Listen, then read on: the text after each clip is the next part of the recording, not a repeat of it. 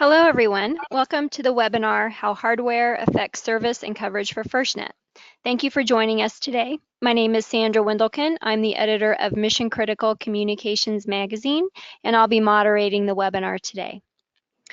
We have some excellent information and several expert presenters scheduled for you today. We will include time at the end of the webinar for questions from attendees and do our best to wrap up the webinar in an hour to be courteous to everyone's time. Our first presenter will be Scott Agnew, AT&T Assistant Vice President, FirstNet Program. Scott has 17 years of professional experience managing strategic corporate initiatives, mobility, and wired market development and application solutions in the telecom industry. For the past 13 years, he has supported police, fire, EMS, and other public safety organizations in the 5-state Mid-Atlantic region. Our next expert is Brandon Gallion, AT&T Lead Product Marketing Manager, FirstNet Program. Brandon has 14 years of mobility, wired, and application experience supporting solutions for police, fire, EMS, and other public safety and government organizations. Brandon won't be presenting today, but he'll join us for the Q&A at the end of the webinar. And our final presenter is Ken Bednasz. He's Vice President of Application Engineering for Telit. Ken has been with Telit since 2006 and has more than 20 years of experience in the cellular industry. Prior to Telit, he worked for Sony Ericsson Mobile Communications and holds multiple patents and publications in the area of cellular communications. Before we begin, I want to briefly explain a few of the user features of the webinar service. You will see the attendee control panel in the upper right-hand side of your screen. That control panel can be expanded or collapsed by clicking the icons on the left side of each pane. To the left is the GoToWebinar viewer through which you will see the presentation. To the right is the control panel where you can ask questions and select your audio mode. The default audio mode is mic and speakers through your computer, but you can also click the telephone button and dial in using the number you received in your email. All attendees are muted to reduce background noise. If you'd like to submit a question for one of the presenters or myself, just use the questions pane, type in your question, and click send to submit a question. We will reserve time at the end for Q&A. Telit has made a PDF of the slide presentation available. You will see a handouts pane in your control panel. Just click on the handout name to access it. Your default web browser will automatically launch and open a blank page, and the handout file will download to your designated downloads location. You can then click the downloaded file to open or save it. Finally, a recording of the webinar will be emailed to all registrants and will be available at mccmag.com. In addition, a certificate of attendance will be emailed to all attendees about 24 hours after the webinar. With that, we'll get started. Thanks so much for joining us. And to begin, we're going to launch a poll to get a feel for our audience members and how involved you are with cellular-based devices. You'll see a question and several answers on your screen. Please read through the responses and select the one that best aligns with you. We'll give the attendees a few seconds to answer, and then once we have a good number who have voted, we will share the results of the poll with everyone so you can see. So we'll just give people a few more seconds here to select their answer, whether they're in the developing aspect of the industry or more in the designing or learning stage. All right, so I'm going to close the poll now and then I will share the results so you guys can see. Looks like we have a lot of actively investigating and learning participants, so that is great.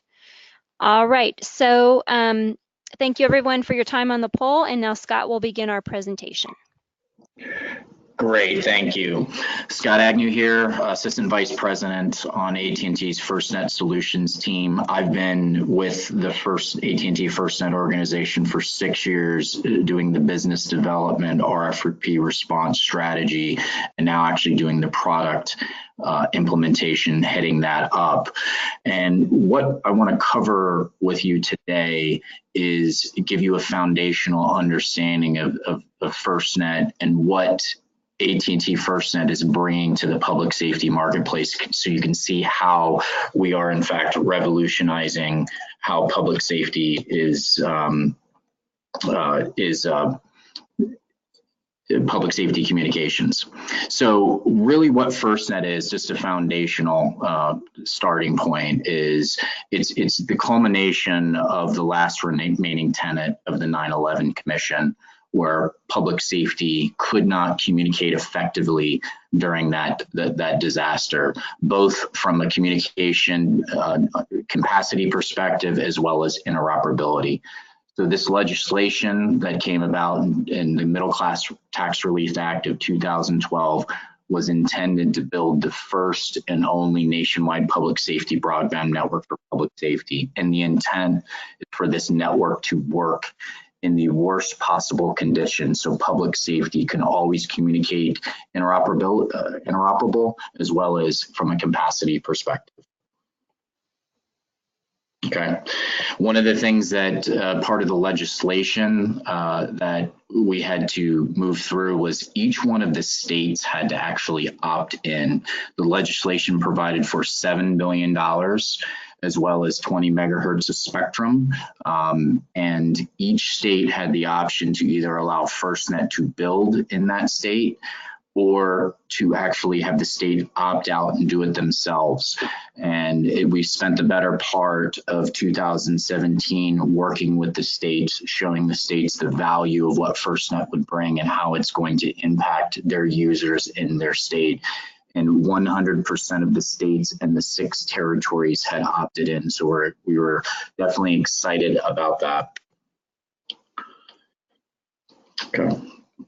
Now today, we actually launched the product in controlled introduction in the 2017 timeframe, but we're excited in the March timeframe of this year. We actually launched the FirstNet Core, and to date, as of July 20th, we have over 1,500 public safety agencies that signed up. 50 states and Puerto Rico have actually signed contracts in place, so it's actually available today, and there are well over 120,000 connections or users on the network, and I can tell you it's growing rapidly. The demand is high. There's a lot of excitement in public safety about their network that's being brought to them that's going to be able to deliver highly reliable communications. Now, I'm going to talk a little bit about the value here of FirstNet, and one of the underpinnings in our development is we realized that public safety's mission is not communications. Their mission is to save lives and do their job. And so any foundational product that we developed, it had to be easy and seamless and work every time the first time. If a product is, as many of you know that have worked in public safety, if a product doesn't work, it doesn't get adopted. So we know we have those foundational tenets. So we had to make it very easy for public safety. And not only did we need to just handle the data aspect because it is a data network, but we had to enhance the interoperability and the application. So we had to go well beyond voice calls. We had to make sure that images could be shared, audio could be shared, texting, situational awareness, the whole application ecosystem. And actually AT&T has developed for FirstNet a complementary application ecosystem that once a FirstNet customer you will have access to. And today we have over a dozen applications that have been certified for public safety by the FirstNet review process that they can take advantage of. And there are quite a few developers that have initiated work with AT&T FirstNet to ensure that they're a part of the program. So this application ecosystem is going to expand, and the value that we're bringing to public safety is they know when they buy these apps, or if an app maybe has no cost to it, that it has gone through the certification process, that is certified reliable, is certified secure, it is certified public safety relevant, and it is certified optimized for a mobile network. So we work with developers at no cost to make sure their apps perform optimally on the FirstNet network. So we're driving that. Now, FirstNet is real and ready. It's up in the market today, as I mentioned, with over 120,000 connections. And so some of the things that we've dedicated to public safety is they have a FirstNet SIM, a dedicated FirstNet SIM. This is important from a security perspective, that because we have actually a dedicated FirstNet core, and I'll talk a little bit about that and why that's important. But you have to have that FirstNet SIM to be a part of the FirstNet network. We've also launched First Priority. And what First Priority is this is the priority and preemption that public safety needs. And so on all of AT&T LTE bands, public safety receives priority over all other users, as well as preemption. And preemption is very simple. When the networks when they start to become congested, there's algorithms in the network that will actually move non-public safety users to other bands or completely off the network, depending on the capacity situation. And so this allows public safety to have the confidence that their data will get through in the time of need. And this has already been in place. This has been in place since the end of last year.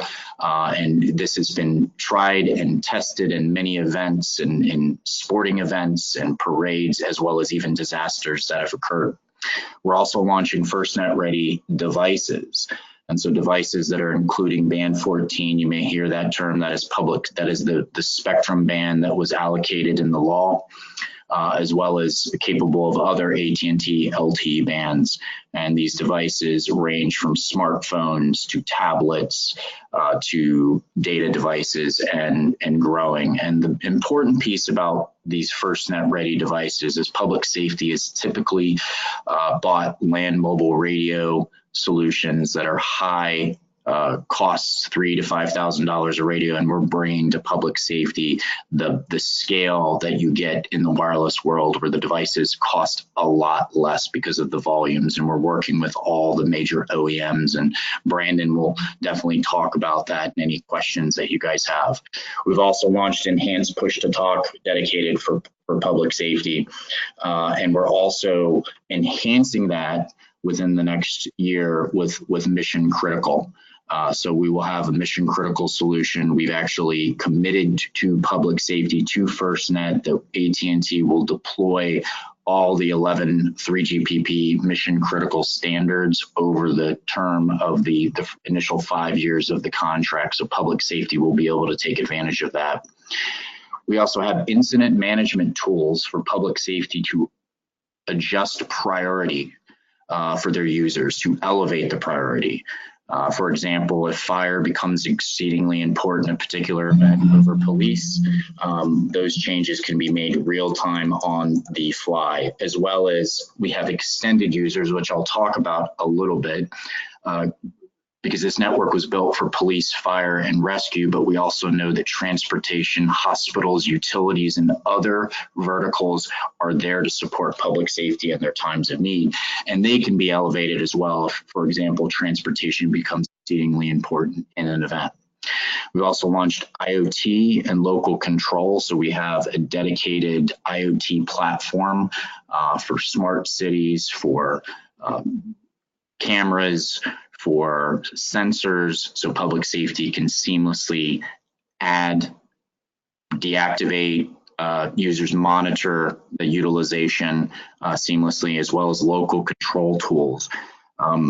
Public safety is used to managing and having insight into their land mobile radio system. And what we have done for public safety is we have given them complete control, as I said, with elevating users, adding users, taking away users, as well as visibility into the network, which is unprecedented in this industry. It's we do not share as a wireless industry relevant network status to public safety or to really any user. And through this local control tool, public safety will be able to view the status of the network, how it's performing, how the connectivity is working. So when they arrive on the scene, they have complete confidence in knowing what the situation for communication is. Is there communication capabilities there? Has it been degraded due to an event such as a tornado or hurricane? So it's communication there. We also have a security operations center that we've dedicated for public safety. This monitors and manages the public safety network. And then finally, deployables. We have a deployable program that we put out into the field where public safety can request deployables at no cost, and we'll be there in up to 14 hours. And I say up to because it depends on how far the deployable is, but we will support public safety at no cost in times of emergency. Okay.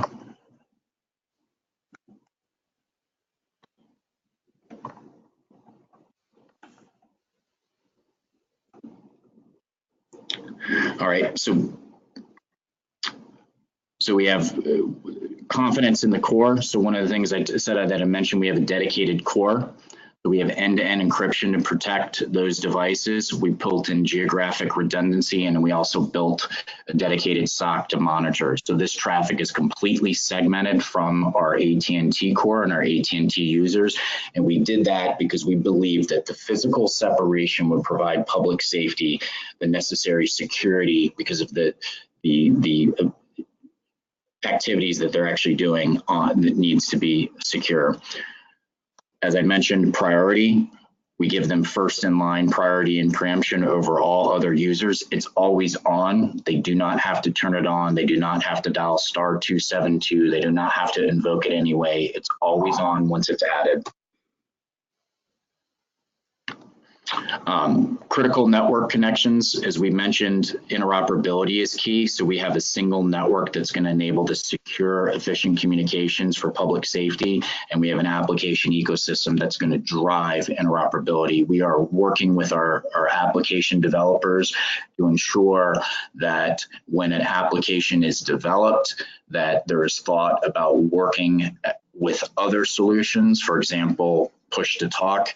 It shouldn't be siloed. It shouldn't be a monolithic environment where you have to have a provider on a push to talk. You should be able to have multiple providers and work cross-functionally.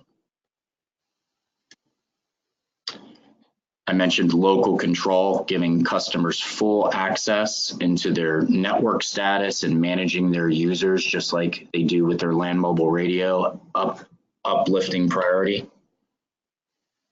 Also, is one of the things that we know when evaluating the product and evaluating our strategy, that public safety does not have a tremendous budget. In the government world, it is a cost center to provide those services. And so we realize is the budgets are lean. And so what we developed, and actually Brandon on the call actually developed this, is a very cost competitive rate plan where they pay either the same or the less than what they're paying a commercial carrier today, and that the rate plans are affordable. And you can see that if you've seen the rate plans, they are based on the national government rate plans, NASPO, NPP, GSA. So it's highly affordable, highly flexible, and the rate plans are fully loaded. And as I mentioned, we fully loaded those rate plans, so we give access to the network. We have a dedicated 24/7 US-based care center for FirstNet that's actually geographically diverse. So public safety, when public safety calls, they're talking to somebody that understands the mission, that understands the public safety lingo, and they can act accordingly. We provide priority and preemption and all the rate plans at no additional costs. Access to the application ecosystem, the device ecosystem. We also develop an identity and credential and access management system that allows for federation into agency credentials, as well as single sign-on capabilities. We are launching here very shortly a single sign-on solution for mobile, so that we'll be providing and working with our developers to accept that FirstNet credential across the board, making it very seamless for users to log in. And again, as mentioned, it's very competitive and very easy to sign up. One of the things that I'm very proud of is here, a couple months ago, we launched FirstNet in all 5,300 retail locations. So if you visit your retail store, you will very likely see the FirstNet logo, and you'll see the retail organization very trained on how to support public safety. Coverage is important. Coverage is king. We worked with all 50 states and 6 territories on coverage and strategies to continually enhance the coverage. And one of the things that with FirstNet, the additional spectrum, we are investing in our network expanding. We've already put up 2,500 towers, added 2,500 towers for band 14. So coverage is constantly expanding. Today, we cover 99.9% of the population. And with our optional satellite and deployable services that we offer, 99% of the US geography is covered at 98% of availability. So we say coverage from Maine to Maui. As I mentioned, the app ecosystem for mission critical apps that are designed for public safety that have gone through rigorous testing. So again, think of it as the you know, quote unquote, the good housekeeping seal of approval when something is FirstNet certified, that you know that app is going to work. And then dedicated devices, the mission critical devices, we have complemented AT&T's extensive 3,300 testing scenarios that we put all our devices through. We partnered with FirstNet. We've added device certification requirements to make sure that devices are ready to work in a public safety environment. And we are focused on ruggedized devices and devices that can be used out in the field and take abuse. And so we're working with all our OEM vendors to make sure that they understand the FirstNet requirements, that they understand band 14 is a strategy of AT&T FirstNet, and that will get us scale because we will be using those same devices on AT&T's network because we will be taking advantage of the excess capacity on band 14. And again, you know, some advantages that we can bring to public safety is, you know, one carrier to committed to, you know, we're the only carrier committed by the only carrier responding to the RFP to develop a nationwide public safety network. So we invested our leadership back this. We realized this is on the right side of good. This feels very good to be a part of this program.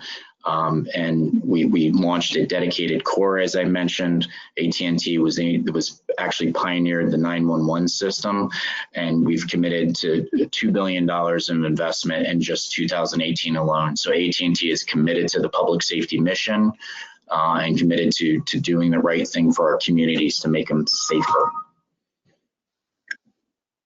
And we're also future-proofing this network. This is a 25-year contract, which means it's going to go through iterations. We know we have 5G and eventually 6G around the corner. What that's going to be in public safety needs should not be stuck in any technology. That this network needs to evolve, and so AT&T will continue to invest in this network, continue to invest in technology, and keep it at parity or better than the commercial networks are today.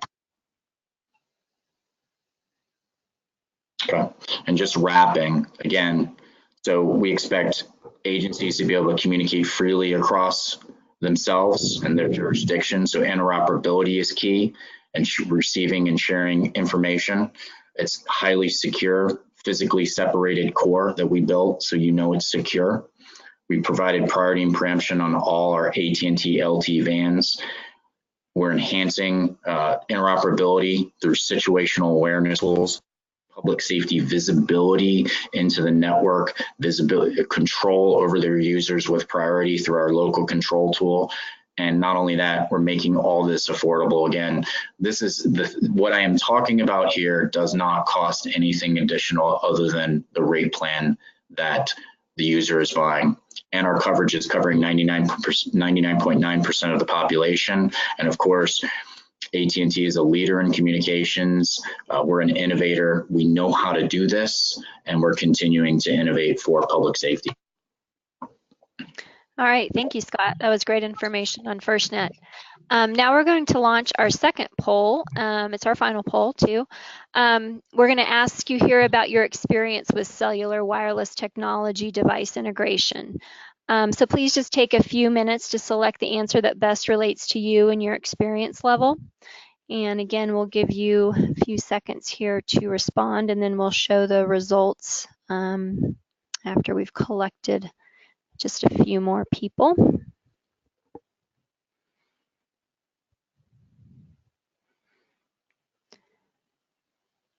All right, I'm going to close the poll and share the results here.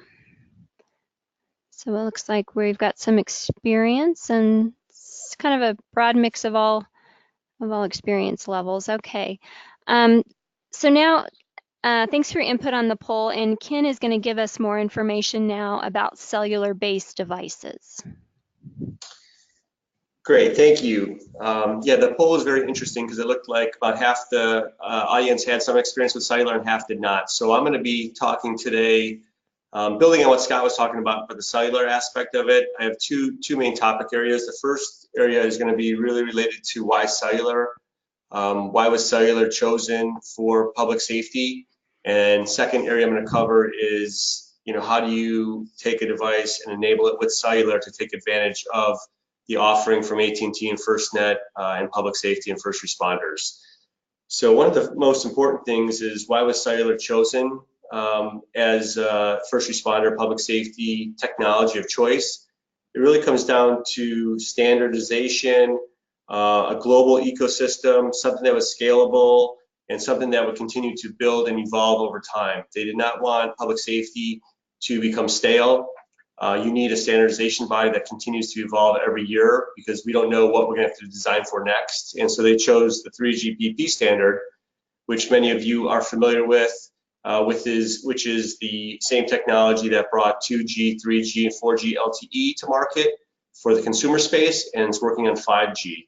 And so what happens within this 3GPP standardization committee is every year they release new specifications that adds new features. And what you see here is from release 12 to release 15 and beyond, there's a big focus around public safety. And they continue to add more functionality. We talked earlier, Scott was mentioning on the mission critical aspects of it and how release 13 brought into account that the mission critical push to talk, and release 14 is gonna continue that on with mission critical data and video. And so what you see here is a continuing evolution of public safety needs within a standardization body that's very active and very global, which we think is very important and the right technology choice for public safety.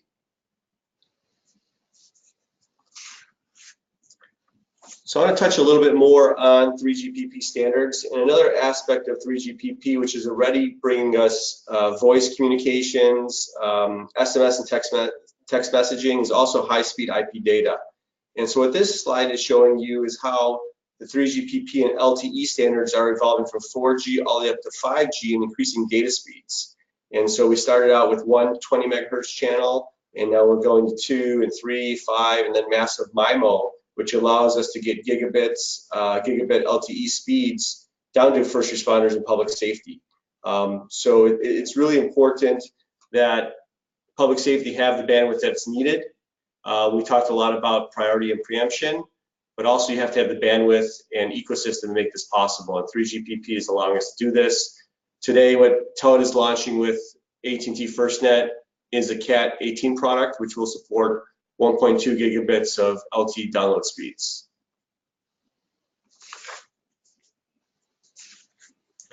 Now I'm going to talk a little bit about what it takes to bring a product to market. A little bit different than many of you are used to. In the past, you had a lot to do with LMR, or land mobile radio. Some of you may have worked with Wi-Fi or Bluetooth.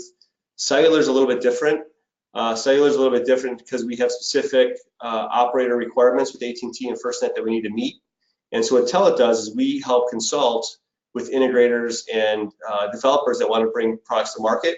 And this just takes you through some of the key steps that you need to do to bring a product to market successfully. Everything from understanding the requirements. You want to make sure you start to design understanding where you need to be with regards to performance. Antenna design is also very important because these frequency bands and cell towers are spaced out in such a way that you have to meet minimum antenna performance with total radiated power and total isotropic sensitivity.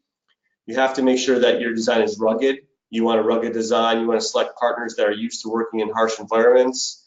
You have to be able to hook your application device through a secure network up to your enterprise grade network. And so we got to make sure that that data is going somewhere and it's useful. There's also a lot of certification that have to take place with regards to regulatory certification with FCC. There's also industry certification with PTCRB. Then of course there's the network operator certification with AT&T and FirstNet. So from the aspect from product selection to product production, there's a lot of key steps that you need to take, which is very different than what you've seen in land mobile radio and some of these other wireless standards like Wi-Fi and Bluetooth. So the next slide I'm going to show you is a little bit what a block diagram looks like. What we do at Telit is we supply cellular modules, and cellular modules are basically a cell phone with no keypad and display. They do the same core functionality. The cellular modules we provide do voice communication, voice over LTE, they do SMS text messaging, and they do IP data. And so we are the heart of the communication that's going to travel and use the secure AT&T FirstNet network. And the way that this looks is very much like a cell phone design. You have an on-off circuitry that you need. You need some sort of power supply, whether it's battery operated or plug-in. You need the SIM card, the special FirstNet SIM card or ICC. You have antenna requirements, and then you have some options for audio and general purpose IOs and analog to digital converters. But what you need to do is architect your design around the cellular module based on your needs and functionality.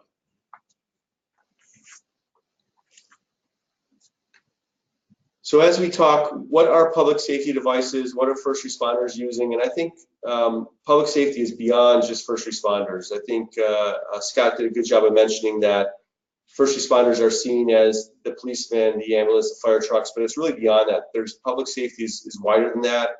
And so I was going to go through a few different examples of different types of applications that have the capability to run across the public safety network.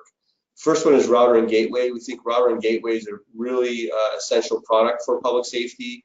This can be placed on site. This can be placed in a vehicle. Some sort of high bandwidth capability for devices to connect to over other sensor nodes and be sent over the FirstNet network. You have the ruggedized laptops that you often see in police cars. That's another application for public safety. Handheld devices and scanners, security alarm panels. We think security alarm panels are really key because they are the sensors out in the field that are starting to alarm the first responders that there's an event happening. So security alarm panels is another application.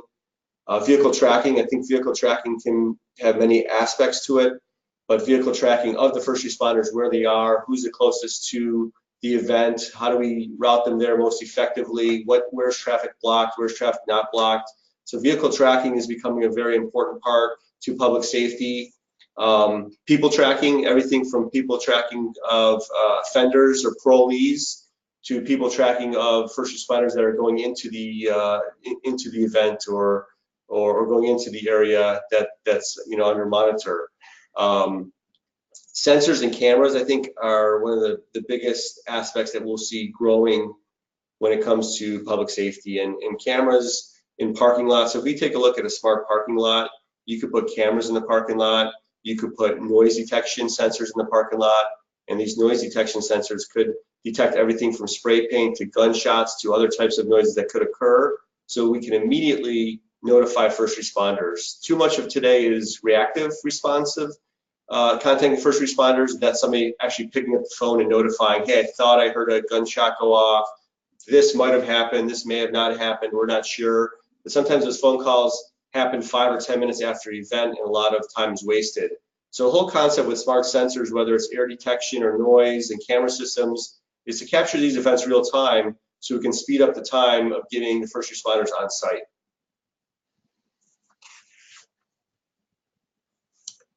Okay, next, I'm going to talk about how do we bring products to market and what is Telit actually offering for the public safety ecosystem.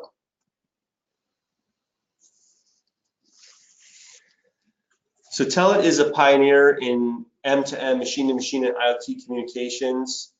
We provide a few different products that help people bring products to market. We have IoT products, which are specifically modules, wireless modules, location modules, which I'll talk a little bit more about in the next couple slides. We also have services where we help offer connectivity and platform. And then we have the IoT consulting and know-how. So we're offering building blocks for anybody that wants to bring public safety to market by providing you different integration blocks so you don't have to go reinvent the wheel all the time. Telit's been in the M10 IoT space since the year 2000 and really been focused on ruggedized modules, typically for vehicle tracking or harsh environments. And so we think our offering plays very well with what public safety and FirstNet and AT&T are doing.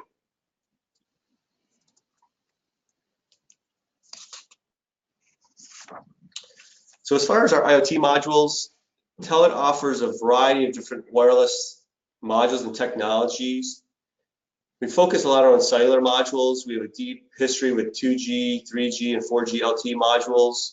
We also offer positioning modules, GPS and GNSS modules, which help give you the latitude and longitude of specific assets. We also have Wi-Fi, Bluetooth, some automotive, and low power wide area. But today I'm going to really focus around the cellular modules, which run over the AT&T FirstNet network. So what Telit is doing is we partnered with AT&T and FirstNet to bring public safety modules to network that run on 4G LTE technology that support the new band 14. So these are products that support multiple bands, but most importantly, they're 3GPP and AT&T and FirstNet compliant. So the advantage of working with somebody like Telit is that we're bringing a pre-approved, pre-compliant product to the market. So it really streamlines your time to market. You don't have to reinvent the wheel. Again, as we go back to my first slide, it's really about creating a scalable ecosystem to get more innovation, get cost price points down, and this is done by using cellular and 3GPP. So we have two main product families that we are bringing out for public safety. We have one that's very ruggedized with LTE Category 1 and Category 4. Then we have a high-end router product, which is on a mini PCIe form factor, which is really focused on gigabit LTE.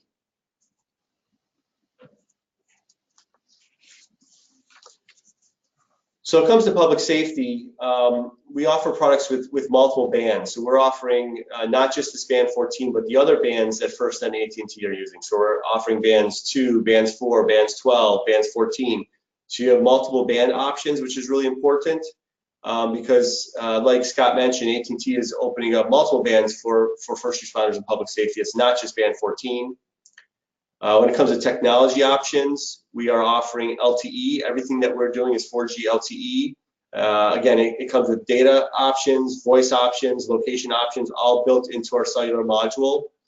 We have different form factors depending on your needs. If you're going to do something very small, embedded like a wearable, that's going to go onto the body of a first responder, you'll typically use an LGA, which is a land grid array solderable module.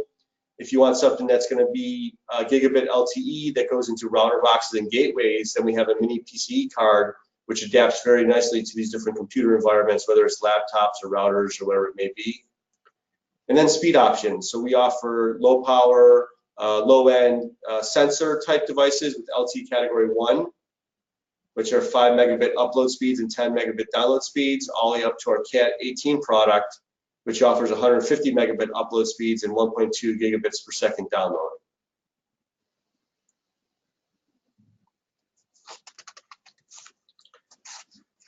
So next I was going to highlight two of the specific products. First one is our LTE Category 1 product. So again, as I mentioned before, we were talking about multiple LTE band support in this product, and they actually fall back to 3G too. It's going to support both voice and data, and also have an option for location technologies with GPS and GNSS. We have the extended operating temperature range, so it's a very ruggedized product, going from minus 40°C to plus 85°C. We offer the development environment for customers and partners, and also device management and FODA. And so what we're going to see is as new features are added for public safety, as we evolve from release 12 to release 13, release 14, and some of these mission critical features are added, with Telit supporting FODA, which is firmware over there update with device management, we can easily upgrade these parts in the field to add new features and functionality to give them that 5, 10, 15-year lifespan that you want to see out of a public safety device. And then on the high-end side, We have global product, which is our LM960. This is in a mini PCIe form factor. This also supports 4G LTE with fallback to 3G. This is very data-centric device, so no voice option on it, but it does support GPS location technologies. It's also ruggedized, supports the same photo capabilities for firmware over there updating as the previous product we talked about, and integrating the cloud support. So if you're going to connect to different clouds out there, whether it's Azure or AWS or others, we have the ability to easily do that with these products. So again, what Telit's bringing to market is really cellular modules, which are cell phones, no keypad and display. You can take our products and you can integrate them into any range of public safety devices, from sensors that hang from light poles to home security panels to first responder vehicles to first responder sensors, whether it's body worn or device worn. And so that'll wrap it up from my side. All right, thanks, Ken. That was great material. That wraps up our presentation part of the webinar.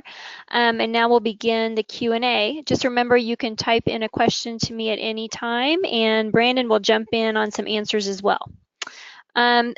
The first question is sort of about coverage in band 14. How is the FirstNet, so this is obviously for Brandon and Scott, but how does the FirstNet network work in areas where band 14 coverage might not be available yet? That's a good question. So that's where the all band strategy, all LTE band strategy comes into play. So it doesn't matter which specific LTE band, just as long as there's one available, public safety will have access to priority and preemption. And with the FirstNet SIM will be routed back to the FirstNet core. So basically day one with this strategy, public safety has a nationwide network that covers 99.9% of the population as we deploy band 14. And while band 14 is exceedingly important, it's public safety's band. Think of it as an additional lane on the highway that it gives public safety. So, good question. Great. I have another question, more for Ken, asking specifically about the LE910. Does it have third-party development space on the module? Yes, we have app zone development space where you can write a C-based program on the LE910 C1. So rather than having an external microprocessor that hosted and runs AT commands and sends instructions to the cellular module, it can be done on the radio itself. Okay, great. Another question, obviously we're talking a lot about data, but voice is very important. How is voice supported on the FirstNet network right now? Is it only voice over LTE, or maybe you can talk about the voice aspect? That's correct. So it's VoLTE is what's supported over the network today. And that also receives priority treatment for users. So it doesn't matter the type of traffic. The user will receive priority on the FirstNet network. Okay, great. Another question, we talked a lot about, users out there that might not be your core public safety group. So we have an attendee asking for utilities. Is there access to band 14? And if so, do those utilities have priority over consumer data access? Yeah, so that's, we have developed an entire eligibility matrix. We've worked in concert with FirstNet. Utilities are eligible for subscribing to the FirstNet network. There is a different, they would be considered an extended primary user, a user that actually supports public safety, because we know utilities become critical in times of disaster to support public safety, so they are eligible. There are different levels of priority for those users, and they will be prioritized over commercial traffic. That is correct. Okay, good. Then we have a question just kind of on the difference. You presented two products, Ken. Maybe you can go through the differences of using, when you would use a module and when you would use the data card for a FirstNet device. Sure, yep. So on the module side, it's smaller in form factor. So it's typically made for something that is smaller in size and something that needs less data throughput. So typically an edge sensor, something that's mobile, whether it's moving in a vehicle as a sensor or stationary as a sensor, would use the embedded LGA module. That's the most cost-effective way to have a pre-certified module that supports public safety and band 14 among the other bands. On the high-end side, which adds some cost to the product, is our gigabit LTE product with AT&T, which is the category 18 product, which is a much higher end product that supports more bands and more throughput. And so there's different price point associated with that. That type of product would go into a router box, some kind of mobile computing box that needs a lot of data, that's going to aggregate data from many different sensors and users into that gateway or into that mobile computing device, and be sent up to through the FirstNet AT&T network. So really, it depends on the use case. If it's a single edge sensor, it would be the embedded module. If it's really an aggregator or gateway for router, then you would go with the higher end product, which is the mini PCE card. Okay, great. And this is kind of a question that might fall into both sides here.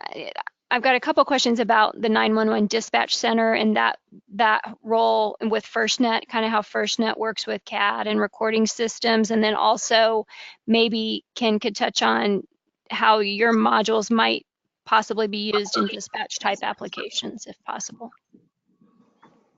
Okay. I'll take the first part of that. So first off, public safety answering ports, the answering points PSAPs are eligible for FirstNet, and they can take advantage of it for their wireless needs. Now, as far as leveraging computer-aided dispatch and their other tools from a mobility perspective in the field, FirstNet, it's a wireless network. It's a highly secure wireless network. It's prioritized, but just like a wireless network, it can be leveraged for mobile CAD solutions, and there are solutions that can be implemented to make those connections to the CAD more secure. Through access point APNs or access point names, and there's different configurations that can segment that traffic off to be highly secure, to be CGIS compliant, or whatever compliance requirements that the specific agency has. So the capabilities are there, and yes, it will work. Okay. Ken, do you have anything to add, or? Yeah, so one of the two products that I mentioned today does support is E911 compliant, and that's the LE910C1NF. So that is the embedded module. In order to be E911 compliant, you have to support VoLTE voice, and you have to also support certain forms of assisted GPS for the location as you make that E911 call. And so with that product, we do support both of those, and we are capable of the E911 compliancy. Okay, great. So there's been a discussion going on about direct mode or PROS-A for public safety. Does this line of product support PROS-A or not? If not, can you talk about the roadmap for that feature? I can talk about the network capabilities support PROS-A. So it is one of the 11 mission standards that the 3GPP has put out, and that AT&T will be implementing that technology or those capabilities at a network level. And I'll let the Telit team answer the second part. Yeah, and for the device level, what we do at the module side is we follow AT&T's lead. So as AT&T starts launching new features within 3GPP, we'll add support for those in our products. Okay, great. Now, if maybe you can talk about some of the key considerations, Ken, for those looking at designing battery-powered or more wearable type devices for FirstNet. Yes, so a lot of the wearables will be on our embedded modules, and our embedded modules support different power save modes. So there's idle mode, there's connected mode, and there's also power save modes, which can really reduce the power consumption of these devices to get, weeks, months, even years of battery life out of them. So we do support low power modes to enable customers to deploy sensors in the field for many years. So we see different designs that have 5, 10, 15-year battery lives out there. And there's also different ways to keep that module asleep or wake it up based on external sensors that determine what should happen next. Okay, great. And then from an IoT perspective, can Telit talk about the Cat NB or Cat M1 modules? Yes, so we do offer other technologies for AT&T network, like category M1 products. So we do have a lineup of products called our ME910C1. Today, we don't have Cat M1 products for public safety, and I would probably have to ask the AT&T team to comment on that. We will follow AT&T's lead. I know today for Cat M1, band 14 is just being added into the 3GPP specification, so I do see band 14 and Cat M1 happening in the future, so we'll have products that are capable of that. I would just have to defer to AT&T on their roadmap or plans to support Cat M1 with public safety. Yeah, it's just to be clear, it's under evaluation right now, so no more comment other than that. So Okay, all right. Another question kind of on another specific architecture and asking whether group call on eMBMS architecture is supported or where that one might be in the roadmap. that's another good question. So that is, again, a part of one of the mission critical standards, and that is on the roadmap. And again, when I say the roadmap, that is sometime before the fifth year of the contract, which is in March of 2022. So not prepared to say specifically when. I can tell you that the development work is and the evaluation work is ongoing. So it would be sometime before March of 2022. Okay. This is more of a FirstNet question, I think, but it's relating to DAS and indoor coverage. Can you talk at all about FirstNet's strategy for authorities having jurisdiction if they want a separate distributed antenna system? Yeah, absolutely. And because of the all-band strategy, the 6,000 distributed antenna systems that we already have in place work, and the users will be able to receive priority. Now, if we're talking about, and so we do have AT&T FirstNet has an entire in-building practice. Public safety can buy their own distributed antenna systems and various small cell type solutions that will provide the priority and the coverage that is necessary. So there's low cost options, there's higher cost options for large buildings. And we'll continue to support that strategy. And as we deploy distributed antenna systems, because AT&T does that as a matter of business, airports, stadiums, that we will be supporting band 14 on those new distributed antenna systems. But again, band 14 is not a requirement. It's an extra lane, but public safety will get the treatment, priority treatment, regardless of band 14 is there or not. Okay, great. And then more of a FirstNet subscriber question. We have an attendee asking whether a user with an agency can sign up for FirstNet without the agency maybe being a full subscriber, if that makes sense. So a particular user within an agency without having the agency be a subscriber, is that possible? Yeah, that's a really great question. And so we know we needed to solve for BYOD, bring your own device, because we do see initially a high proportion of public safety. That's how they operate today.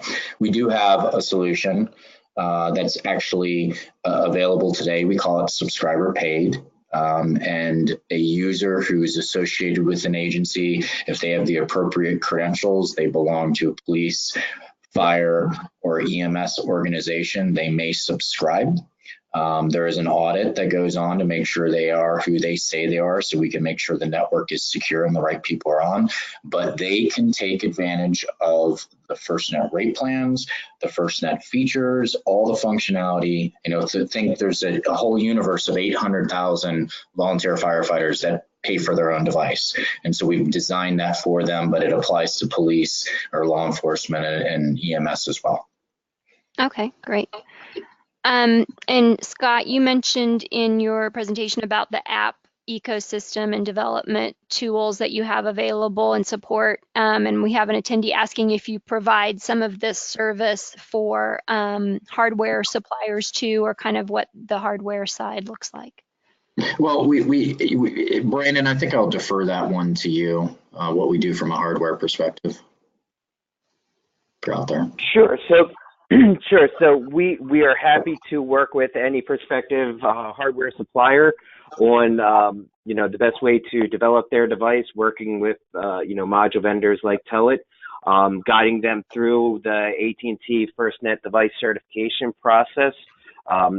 That's actually information is all available on our iotdevice.att.com website. Okay, great. And then we have, I think probably with hurricane season coming up, this is on attendees' minds, but can you talk about the preemption process for first responders to get in the network when it's overloaded during an emergency, and also, kind of what things are in place to, for the network to be up and running during a major, especially weather event? Yeah, so that's a multi-pronged question. So as far as the inner workings of priority and preemption, we don't go into great detail, but we do have, the public safety users will have a higher ARP access class values, so they are prioritized. There's also algorithms in the network that control access for the non-public safety users, or the preemption of those users to move them out of the way. So that's as far as we'll go for the purpose of this webinar, is what that technology is. But as far as preparing for an event, we have an entire network disaster recovery organization dedicated to FirstNet, and so we're aware of this pending hurricane that's going on in Hawaii. I'm involved in multiple calls today. We are staging our deployables. We are reaching out to public safety and their emergency operations center in Hawaii.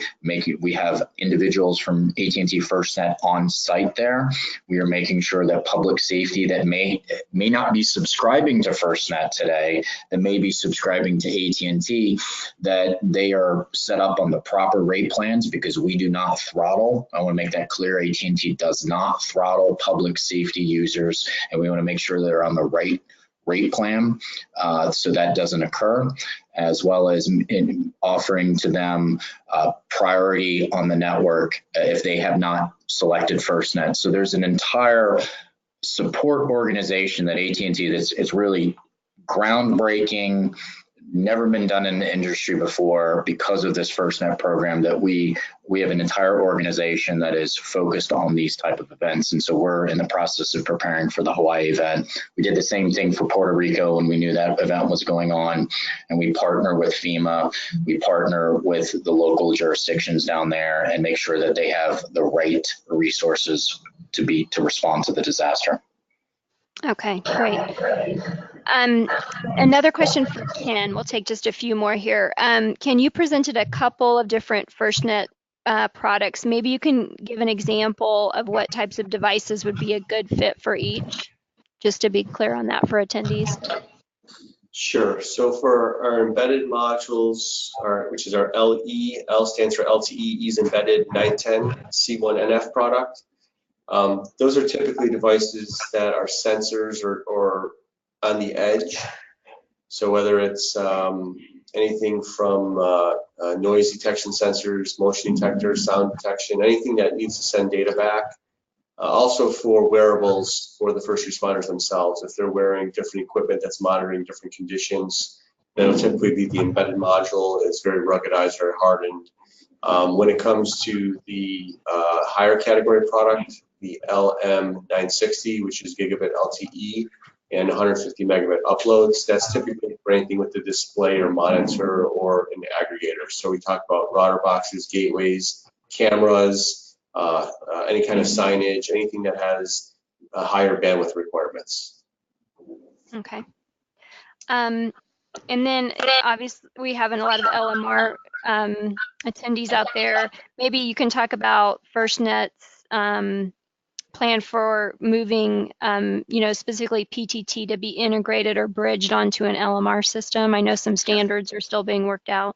Right. So we do have capabilities today, ROIP capabilities, and also working with various solution providers for ISSI and CSSI integration. So without understanding the specific customer's configuration, I couldn't give it a comment, but we have solutions in place today where LMR, LT interoperability exists, and we have many customers that are actually using that today. And so there is some additional costs that would be incurred for that implementation, but we have expertise, we know what we're doing, and we'd be more than happy to, and I'd ask that person to reach out to an AT&T FirstNet representative and we can help them out.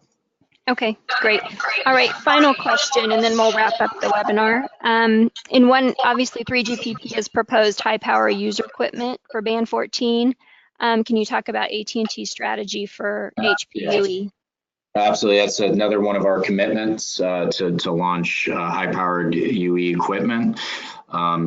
It's going to be important, and we're going to be focused more on the, not the smartphone type applications because it's on band 14, but something to the effect of more like trunk-mounted devices and data only that are not held by a particular person. And we really see value, and we're really looking forward to the manufacturers coming to the table with HPUE devices, because we're going to see that as the de facto standard of why would public safety not purchase a device that can leverage band 14 in a high powered environment so they can get much broader coverage. So we're working closely with the OEMs that want to come to the table with that solution, and we're open to listen, and we definitely want to partner. All right, great. Well, we're at our hour. That's all the time we have. I appreciate all the great questions from the audience. If we didn't get to your question, we'll work to get the answers and follow up as soon as we can. For more information, you can also access a Telit white paper on our website at mccmag.com. It's under the e-learning tab, and then click on the white papers page. Again, a recording of the webinar will be emailed to all registrants and will be available at mccmag.com. A certificate of attendance will also be attached to the email. Thank you again to our presenters and all your attendees, and to Telit for serving as the sponsor. That concludes our webinar. Have a great rest of your day.